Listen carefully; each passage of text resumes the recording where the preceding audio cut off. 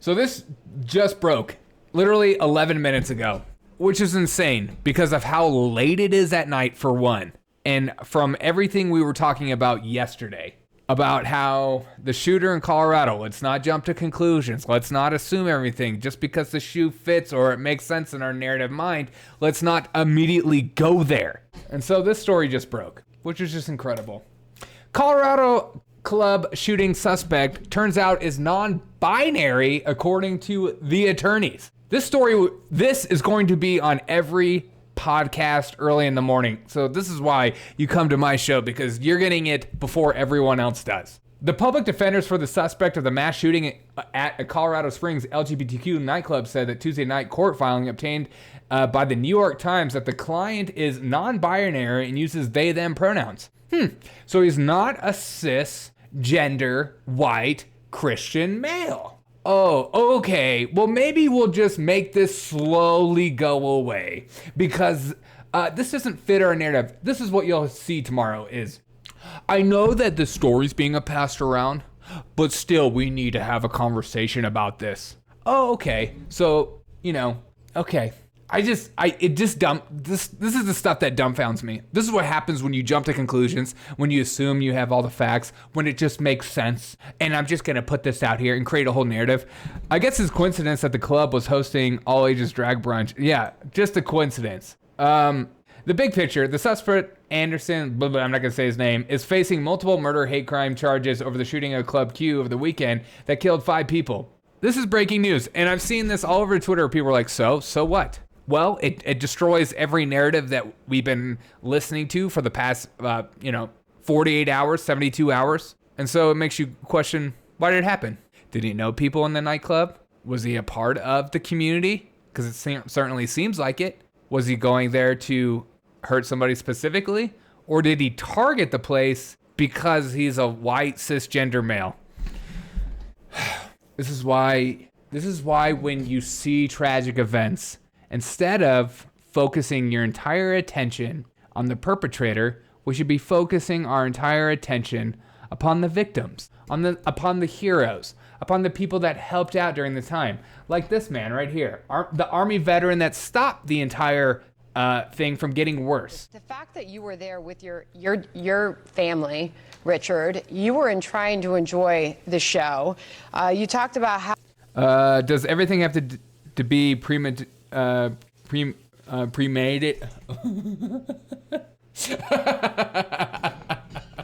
Premeditated. Oh God, I can't even say it. An act of terrorism. Yes, everything. I think everyone in the corporate media just assumes that every violent act is very calculated and on purpose, and to push an agenda and to push an ideology, as opposed to just another sick individual, lone crazy person.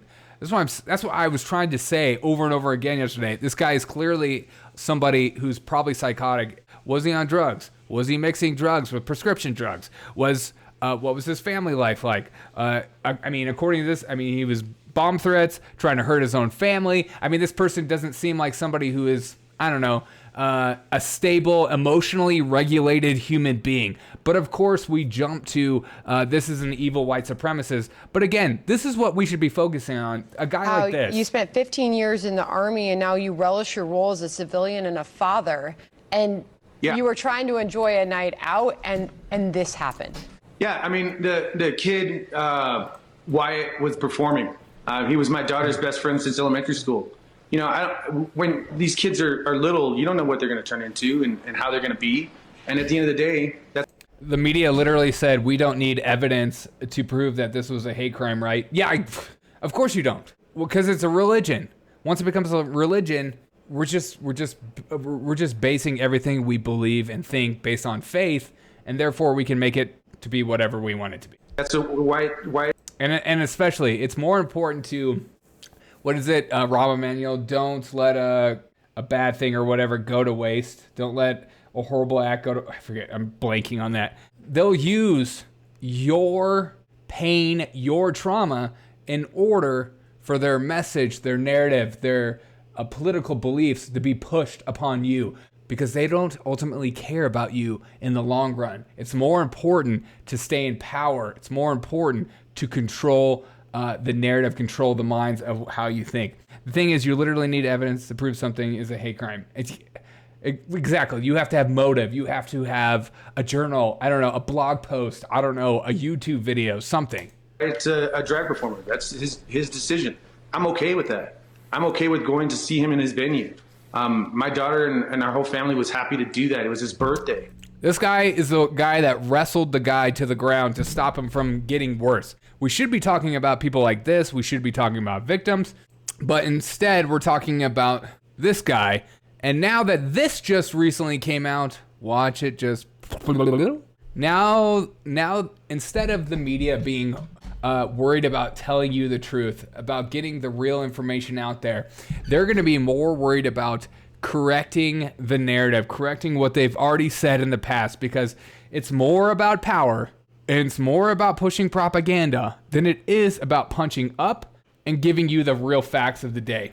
If we had a media that actually cared about getting us the information or cared about you and your trauma, then we would never be as insane as we are today.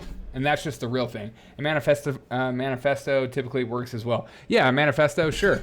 Or, you know, some literature in his house. I don't know, Mein Kampf or something in his house, some kind of literature. But the fact that this comes out, it's like, I just wish they were consistent. I wish they would slow down. I wish that our corporate media acted like adults. They would say, they slow down and go, you know what?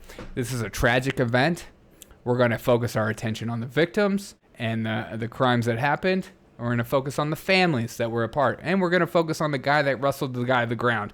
Instead, we've been talking about white Christian nationalism. We've been talking about Tucker Carlson. We've been talking about libs of TikTok as if they are to blame. And then this comes out and they're like, still white supremacy is the utmost problem in America. They'll just push a bunch of rhetoric about gun control. Oh, 100%. Yeah, now, good call. Now it'll be focused on gun control. It won't be focused on, okay, so now that we know he's non-binary, let's also find out, was he in counseling? Was he under psychiatric care? Was he on drugs? Was he mixing drugs? Was he an alcoholic? No, let's not focus anything on those things. They should come out, the heroes, and stop the crimes, and the guns were also used also. Yeah. Oh yeah. They'll never talk about how guns are used to stop somebody from creating a worse event ever.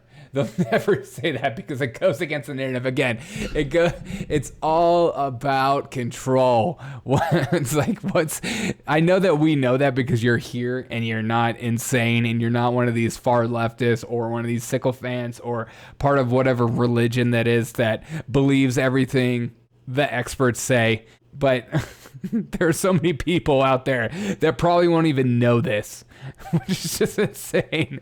Somebody needs to always be pushing back 100%, man. Dude, that is the freaking truth. And it has to be, if it's not me, it's you. You know what I mean?